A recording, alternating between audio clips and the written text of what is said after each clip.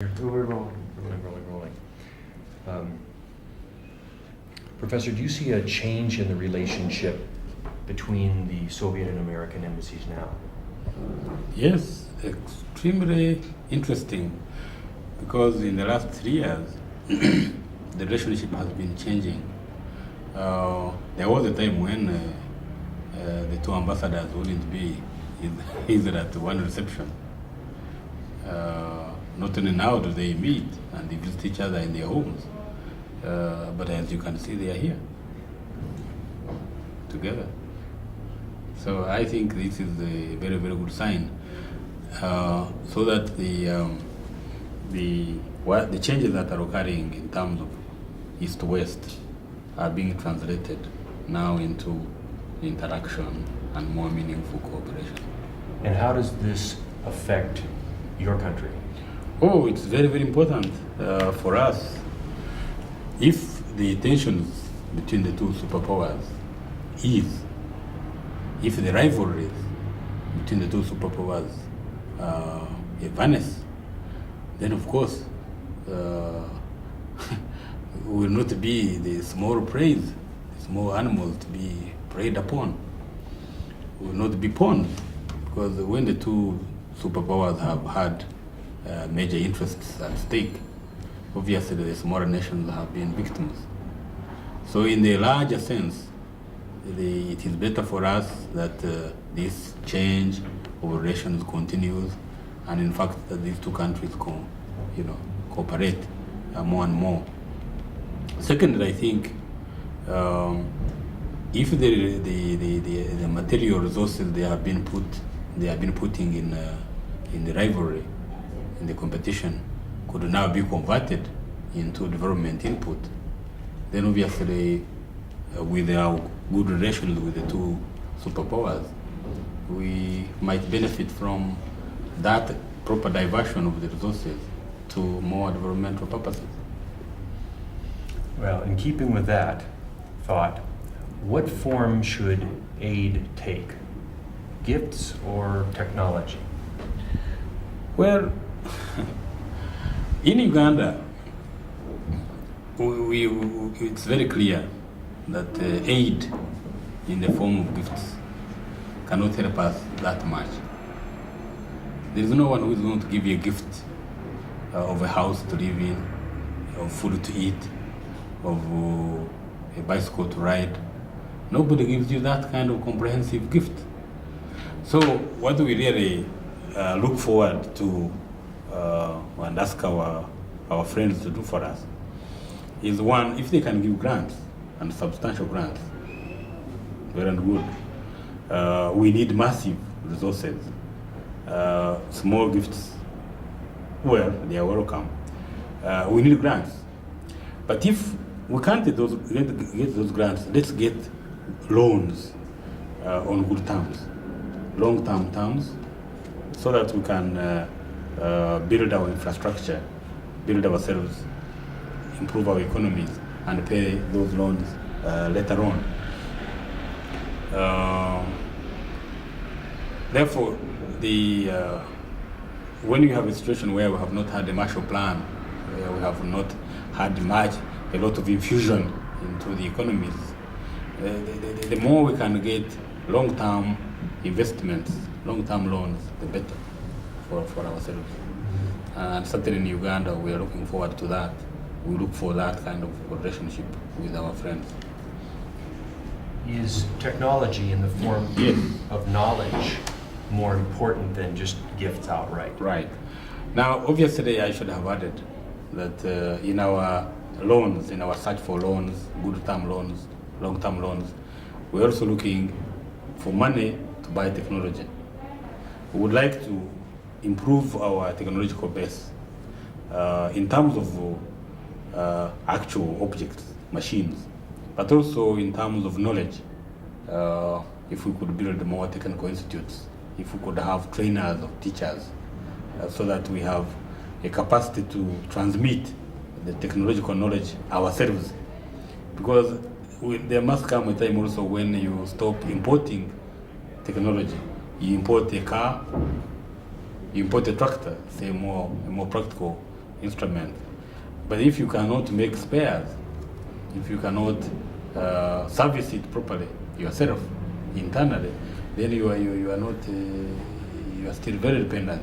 So the technological base must improve, and that's where, for example, in Uganda, we're really investing our thinking, including the creation of the Ministry of Industry and Technology, so that we can build our technological capacity, because we know that we are not going to get out of backwardness until we have solved the problem of technology. So in a word, what does Africa need? Oh, Africa needs a lot of things, but if I were to give a hierarchy of them, I would say we need a political revolution in the first place, in my serious opinion. We need a change that puts emphasis on the democratic rights of the population, their democratic participation in decision making. You need a climate where the best can be brought out from every individual, and therefore that is, you get rid of oppression. For a continent which has suffered from such a plunder like the 16th century, 300, and for more than 300 years of stealing our people in slavery, and we have had almost a whole century, in some cases more, of colonialism. Now you have had about 30 years of independence. We need to move. We need to move. So the political revolution. Now the political revolution would be a precondition, therefore, for economic development. Because if you have wrong leaders in place, a wrong leader will affect everything you can think of. Uganda is a beautiful example. There's no way we could achieve any economic development with Amin here. Not only was he mediocre, but he was also a violent dictator. People run away, innovation is destroyed, entrepreneurship disappears, and the economy can't develop. So, after you have had the political situation in place, the political climate, then we need the economic revolution. And the economic revolution will obviously be achieved if you also have inside that the technological revolution. Good. Do the windows need to be closed again, or we just forgotten them open, or how are we doing? Yes or no? Windows need to be closed? Do you want the windows open, Bob, that are behind you? It's sound. Okay. Your question now. Okay.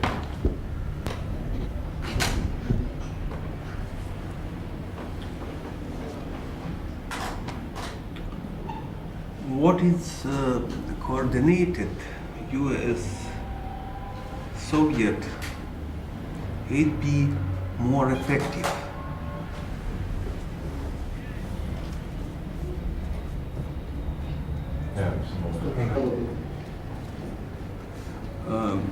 Would coordinated U.S. Soviet aid be more effective? Well, I think I wouldn't make distinction between, bilateral efforts and multilateral efforts.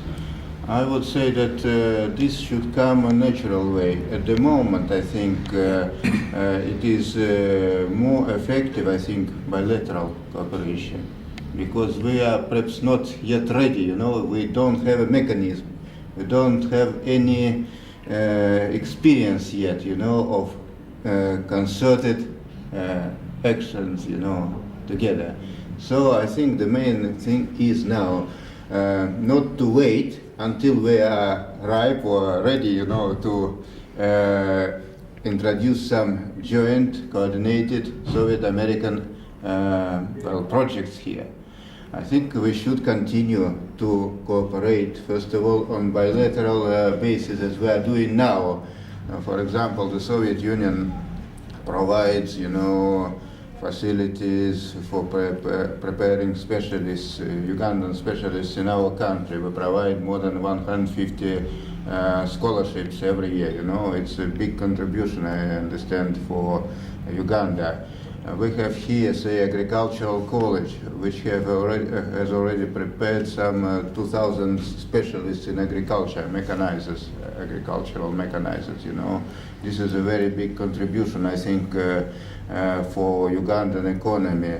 We have other projects here, like Lira spinning mill, which is out of operation now, but which is being rehabilitated. We have already brought here machinery necessary to replace outdated one, and then as soon as the reroofing process is completed, you know, at this spinning mill will be installing equipment, and it will be a very good contribution to the Ugandan economy. It's one of the biggest projects in this country. Our, say, doctors, our teachers work here, and so on, and other specialists. So we should continue these efforts, I think, because otherwise, our efforts won't be so effective. But at the same time, we have to look ahead and try to cooperate with any country, not only with, say, the United States of America, but with any country which is prepared to have here joint ventures together with us, you know. So this time will come, I think. But at the moment, I think, for those reasons which we already mentioned, I think it's necessary to continue with bilateral efforts and looking at the same time for possibilities of joint ventures. There were some already suggestions. Some of them are very preliminary, perhaps very not well thought out yet, but still there are some developments, and in future I think we'll see real developments. We do not refuse to have those joint ventures with our American, you know, colleagues. So I think both efforts are important as far as Uganda are concerned, as far as developing world in general is concerned. Can I comment on this? Certainly. I think for us, I mean, we have found that when aid comes from a multilateral source, it tends to be bigger than when it comes from a bilateral. For example, we have had high impact from EEC aid comparatively compared to other donations, because, you know, for example, if you are doing a road, you are going to find it difficult for a country to give you assistance to build a 50-mile or 100-mile road, tarmac road. But with bilateral, I mean with multilateral, because the resources are pulled together, so you have greater impact. So the proposition is a good one. I'm sure in the future, I agree, the conditions are not yet ripe, but it would be certainly better for them, for the two, to combine the efforts in giving assistance. Then they will achieve more impact. Can I make a comment? I think both my Professor Tarsis is correct, and a Russian colleague, and we've always advocated what we coin as donor assistance. But it's very difficult to achieve, I think, primarily because we all have different governments, different rules, different regulations by which we must respond. Our aid bilateral assistance program, for example, we have a long, in-depth sectorial review before we can move into a particular sector. For example, if we wanted to establish a program, a large program in education, we would have to look at the entire education sector, develop, a program for education, and have people to administer it. Well, it takes some time in which to do that. In other words, we just don't sort of jump into a particular sector, within a week or so. Whereas some other governments don't have to go through that sort of laborious analysis of the sector before they can move into it. So while we want to achieve donor assistance, and I think if we could establish the utopian situation, the aid probably would overall, as Professor said, have more of an impact and be more effective. But by that same token, I think we need to continue our bilateral assistance individually and to examine the situation as we go, making sure that we're not, if we can avoid it, getting involved in a sort of a duplication of effort. In other words, if there's one country that has a major program, let's say in education or in housing or what have you, then I don't think we should sort of come along and establish another program in those sectors. So I think that's very important, and that's where I think donor assistance and donor coordination, where it really comes out, is the matter of fact that we take a look and make sure that we're not involved in the same basic major programs in the country. Okay, I understand this. Do we see the situation moving towards a more coordinated approach to aid, moving in that direction? I think so. From my own perspective, I think so. For example, the World Bank comes out with a major report every year, sort of highlighting some of the problems, some of the achievements, some of the things that that need further work. I think all of our people take a very hard look, at that report because it's a micro look, if you will, at the continent, and it points out certain frailties in developmental assistance. It points out certain things that the bank at least feels that African countries need to do, and we take a good look at that report. And I can't help but think it influences, to some extent, the kinds of programs that we then, in turn, begin to move into. So I think it is moving in that direction, especially in view of the fact that resources are always dwindling. I mean, it's not in our own government, it's not a situation where we have more resources to deal with. I mean, we're always fighting for as much as we can, we can acquire. So because of that, we've got to be able to do more, with less in many instances.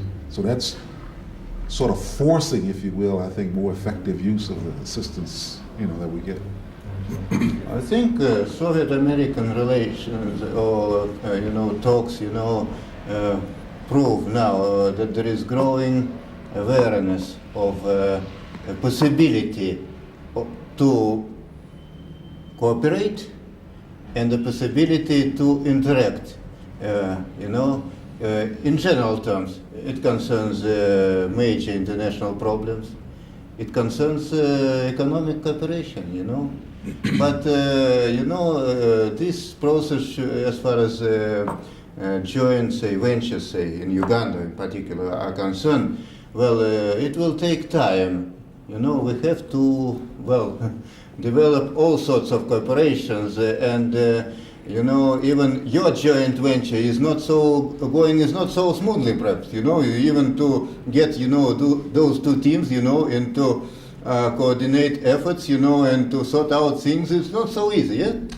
But when it concerns, millions of dollars, investing here on as a joint venture, well, it will take time, It will come, I hope.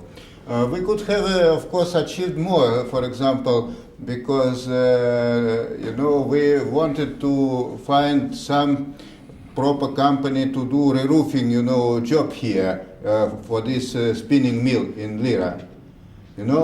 If Americans were ready, we would be only happy because we brought equipment there, it's staying there for 2 years or more, And so we're just waiting when this rehabilitation of roof of this mill will be completed and will be installing equipment. If Americans were ready at that time, to provide their expertise, and specialists, to do this, would be more successful. But time is not yet, ripe to do such things. Not because we refuse, no, we should be realistic, as realists, we realize that at the moment, well, we have to work on this direction, you know, and I think then we'll be able to cooperate, but it will take time, I think. But we're moving that way. Yes, we are not refusing, you know, to cooperate, and we're searching for ways to cooperate, and so why not?